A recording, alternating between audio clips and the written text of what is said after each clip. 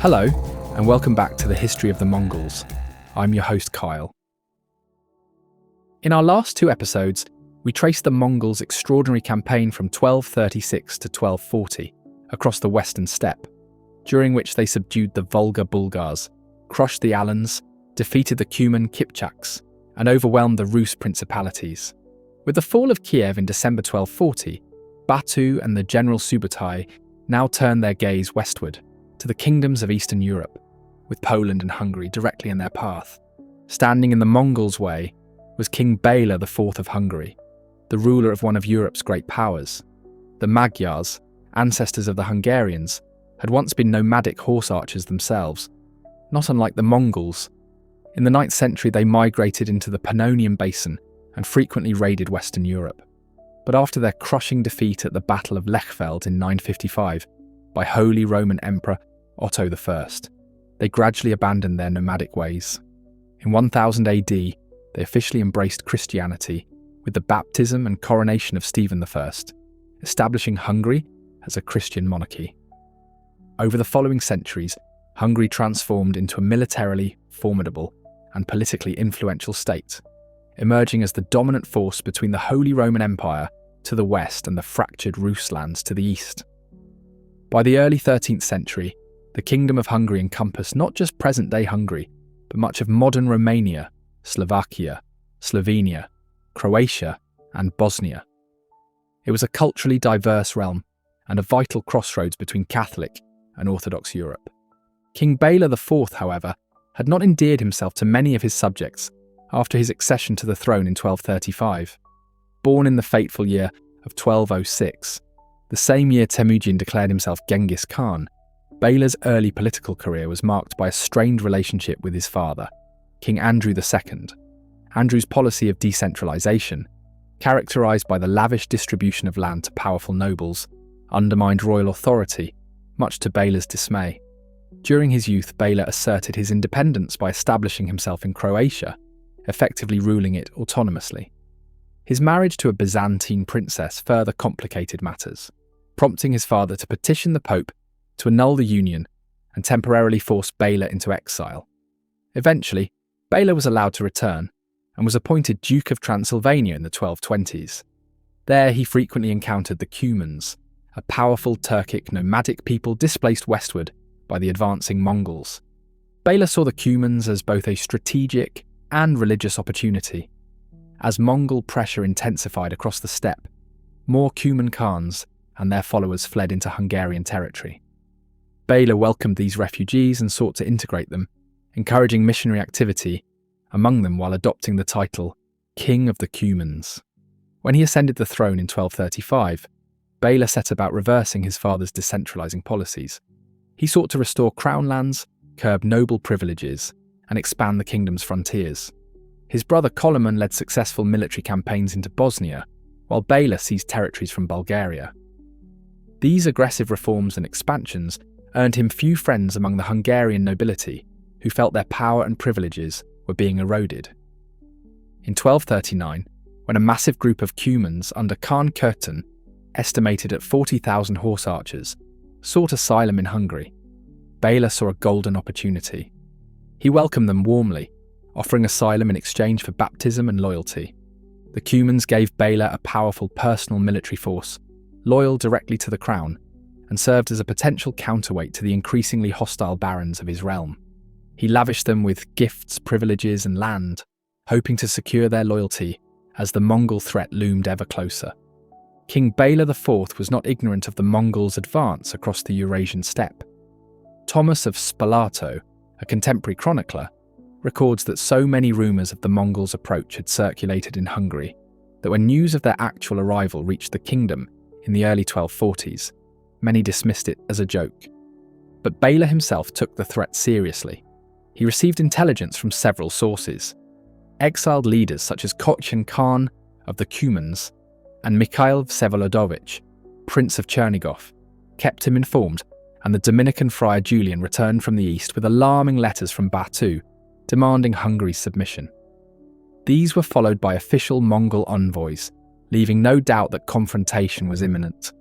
Contrary to the narrative that portrays Béla as unprepared or passive, the Hungarian monarch had taken steps to fortify his kingdom. Strategic passes through the Carpathian Mountains, the natural barrier separating the Hungarian plain from the Eurasian steppe, were blocked with wooden barricades and felled trees. Some fortresses in Transylvania were reinforced in anticipation of the Mongol onslaught. However, Béla placed his greatest hope in the Cumans. Their skill in mounted archery and familiarity with steppe warfare made them valuable allies to the already battle-hardened Hungarian military. At the time, Béla was the only ruler in Europe taking active measures to confront the Mongol threat. Yet, his efforts would ultimately unravel. Deep social tensions emerged between the nomadic Cumans and the sedentary Hungarian population. Contemporary sources describe conflicts over grazing rights, with Cuman herds trespassing on peasant farmland and suspicions rooted in the Cumans' paganism. Hungarian nobles, eager to curtail Béla's growing authority, stoked these divisions, undermining the fragile alliance. The result would be disastrous. Following the fall of Kiev on December 6, 1240, Batu and Subutai turned their attention westward. The Mongol army split into multiple columns and advanced towards Central Europe. Estimates vary, but most historians agree that around 50,000 to 60,000 troops participated in the invasion.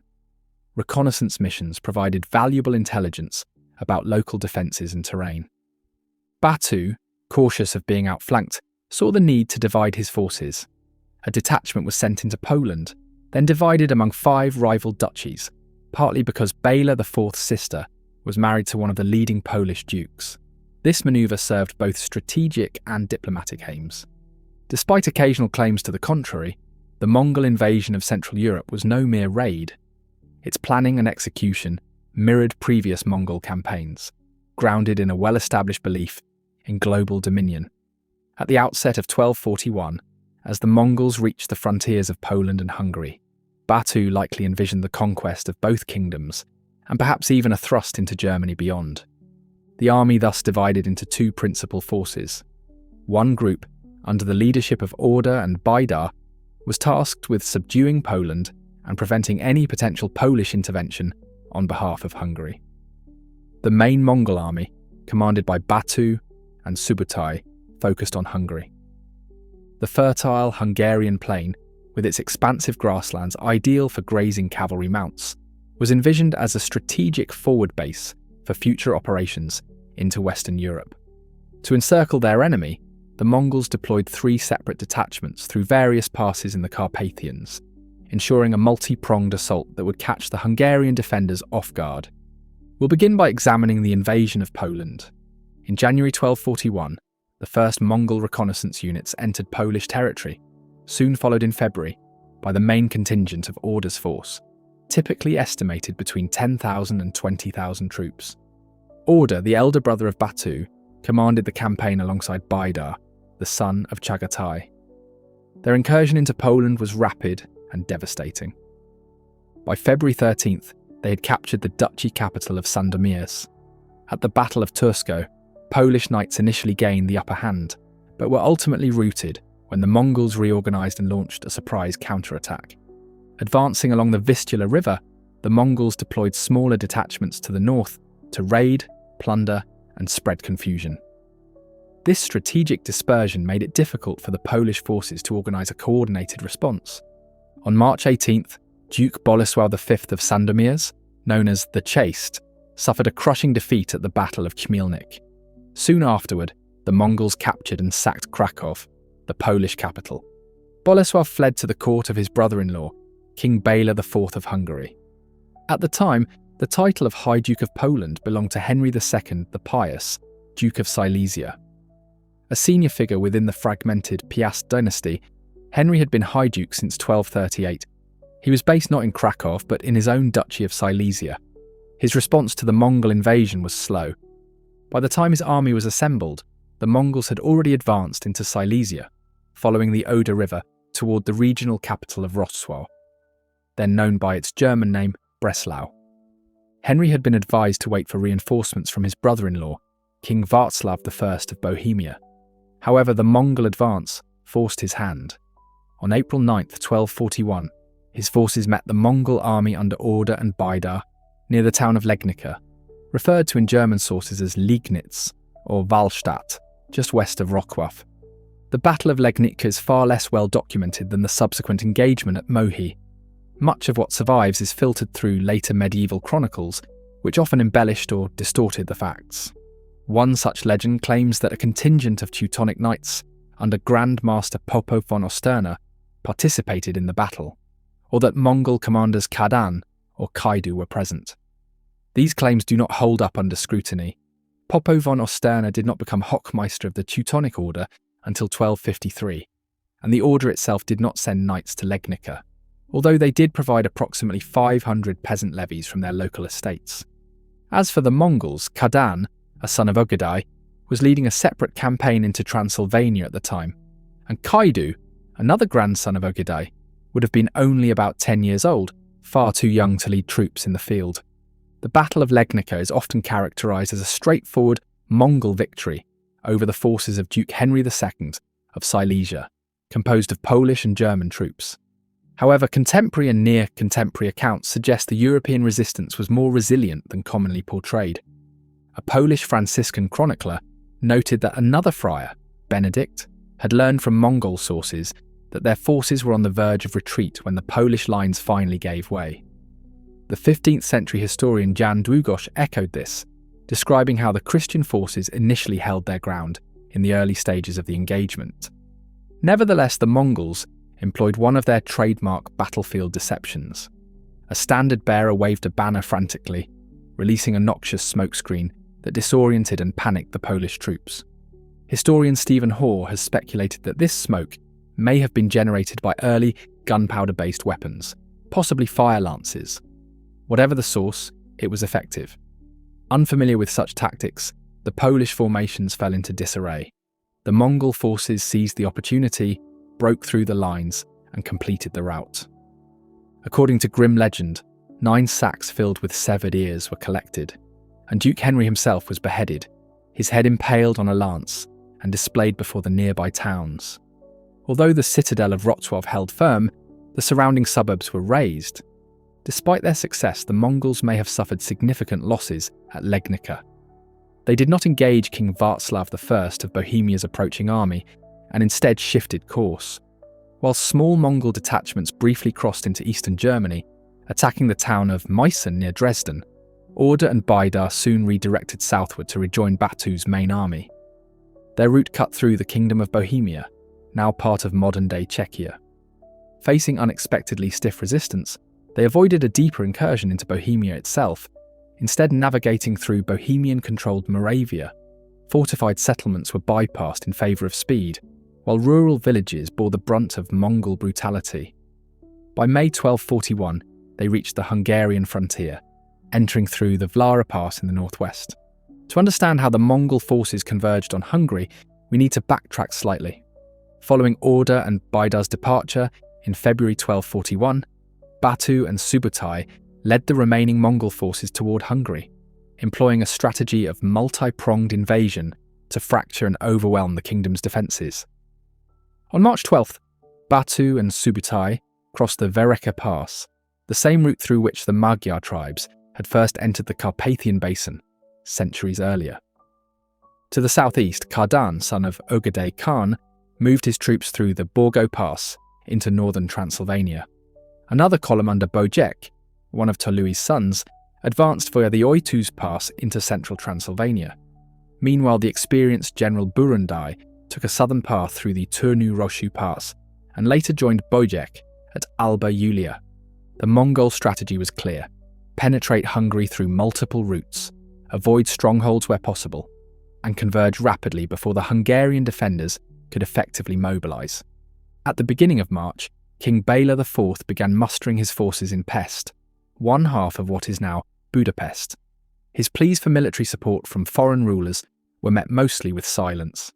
Béla envisioned a measured and coordinated campaign against the advancing Mongols, but reality quickly unravelled. Several nobles delayed their arrival or refused to respond altogether. The Mongols breached the Carpathian passes more swiftly than expected, and alarming reports arrived that various Hungarian forces were engaging them without coordination or sufficient strength. Denis, the Palatine of Hungary, retreated to Pest after failing to halt the Mongols at the Vereka Pass. Bishop Ugrin of Kalocsa defied Béla's direct orders and led his own advance against the Mongols, barely escaping with his life. Frederick II, Duke of Austria, and known for his fractious temperament, answered Béla's call and scored a minor victory near Pest, but then promptly withdrew. The Bishop of Varad attempted to stop the invaders near Eger, but was defeated and the town destroyed. One by one, isolated Hungarian contingents were overwhelmed. Meanwhile, new Mongol detachments seemed to appear from every direction, and rumours from Poland told of yet more devastation. Simultaneously, tensions between the Cumans and the native Hungarian population were reaching a breaking point. Reports that Cumans had been seen among Mongol ranks fed suspicions that Béla's Cuman allies were acting as spies. In response, Béla placed Khan Kutan, the Cuman leader, and his family under protective custody in Buda. However, likely under the instigation of Hungarian and German nobles, a mob stormed their quarters and murdered Kutan and his retinue. This assassination unleashed a wave of anti-Cuman violence. Realising they were no longer safe, the remaining Cumans abandoned Hungary en masse, cutting a swath of destruction as they fled south to Bulgaria. Some even continued onward to the Latin Empire of Constantinople. For Béla, the collapse of this alliance was a political and military disaster, but he had little time to dwell on it. At the beginning of April, a Mongol force approached Pest. King Béla responded by marching out to meet them.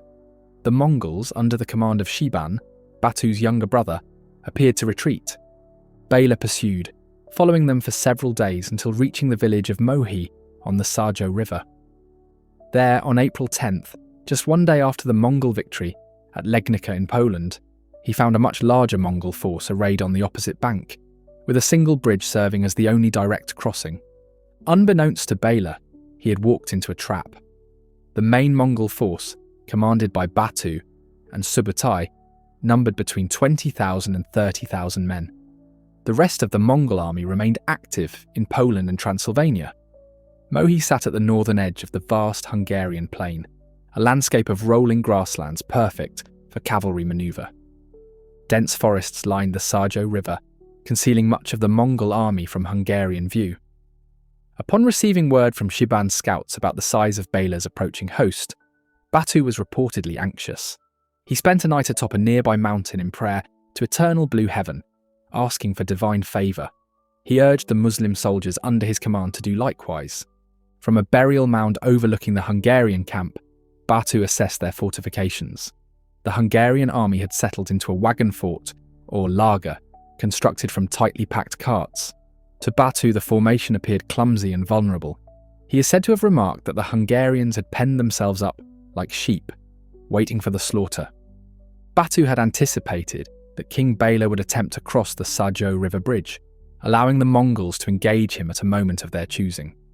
But when Béla instead entrenched his forces at Mohi, it placed the burden of action squarely on Batu.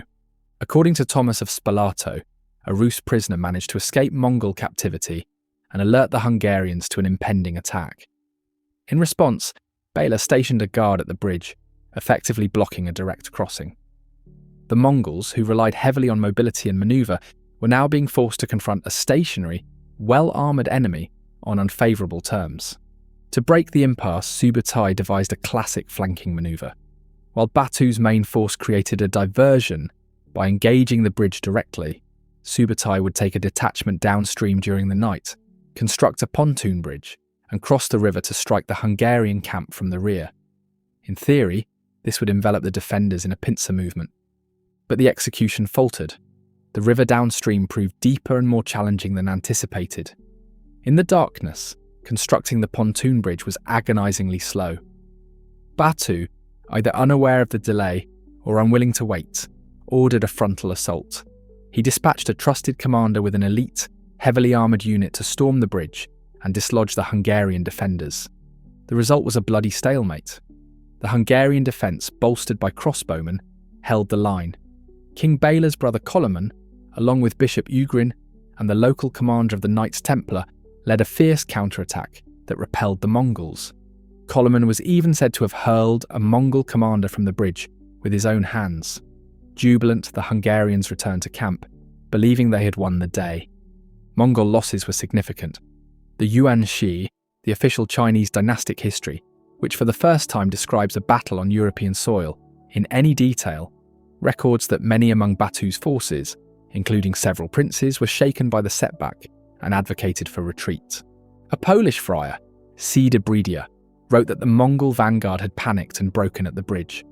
Enraged, Batu blamed Subutai for failing to cross the river in time, but Subutai remained resolute. According to one account, he responded to calls for withdrawal by declaring, "If my lord wishes to retreat, then retreat by yourself. Until I reach the Magyar city on the Danube River, I will never return." That night, the Hungarian army left only a light guard on the bridge, confident the battle was over. The rest of the camp slept. Just hours later, before dawn on April 11th, the Mongols struck again. Chinese catapults, likely traction trebuchets, were brought up under cover of darkness. They began lobbing stones onto the Hungarian bridge defences. The bombardment caused confusion and casualties, and when the Mongols charged again, they broke through. The surviving defenders fled back to camp, shouting the alarm, but it was too late. The Hungarian troops, caught off guard and disorganised, were slow to react. Meanwhile, Subutai had completed his pontoon bridge. By 6 a.m, his troops had crossed and joined the main force.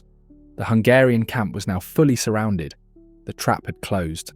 Although King Béla's decision to surround the camp at Mohi with a defensive wall of wagons provided some initial protection, the area was far too cramped to contain such a large host. Chaos quickly followed. As dawn broke, thousands of men were jolted awake by screams of pain and the sudden downpour of Mongol arrows. The Mongols began targeting the wooden barricades with fire, hoping to set the camp ablaze. Within the tightly packed laager, soldiers stumbled over tents and guy ropes, trampling one another in the confusion. Instead of defending his men, Béla's fortifications had become a deadly trap. Prince Cuman, Bishop Ugrin, and the Templars led a sortie to try and push back the attackers, but they could not organise broader support. Cuman and Ugrin sustained serious injuries, while the Templars, fighting with exceptional valour, were annihilated to the last man. Then came the shout. A gap in the Mongol line had opened. Desperate soldiers surged toward the exit, seeing a chance to escape. But the Mongols had laid yet another trap. An enemy surrounded will often fight to the death, but offer a path to safety, and panic sets in.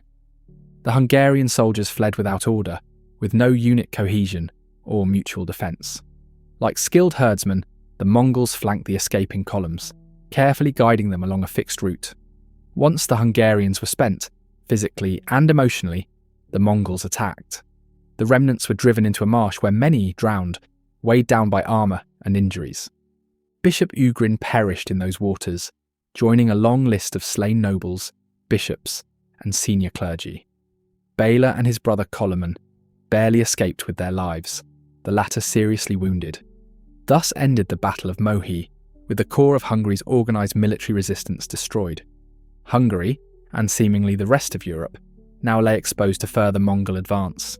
Yet, less than a year after their triumph at Mohi, the Mongol forces abruptly withdrew from the continent. What explains this sudden change in momentum? Most popular histories leap from the victory at Mohi to the retreat from Europe, often citing the death of Ögedei Khan in December 1241 as the sole cause. But this answer, while convenient, leaves many questions unanswered. What did the Mongols actually do in the months following their battlefield victories? What did their occupation look like, and what consequences did it have for Hungary? In the next episode, we'll explore this often overlooked chapter of the Mongol invasion, their extended presence in Central Europe, the state of Hungary after Mohi, and the broader strategic calculations behind the Mongols' decision to turn back. If Ögedei's death wasn't the only reason for the retreat, then what else factored into their departure? Scholars have proposed many theories, from harsh winter conditions to a shortage of pasture land, to the possibility that a limited conquest had been the plan all along. I hope you have enjoyed this episode of the History of the Mongols. If you like the content and want to continue to support the series, you could like the video, make sure you are subscribed to the YouTube channel, and leave a comment to let me know where in the world you are listening from. Thank you, and see you all next time.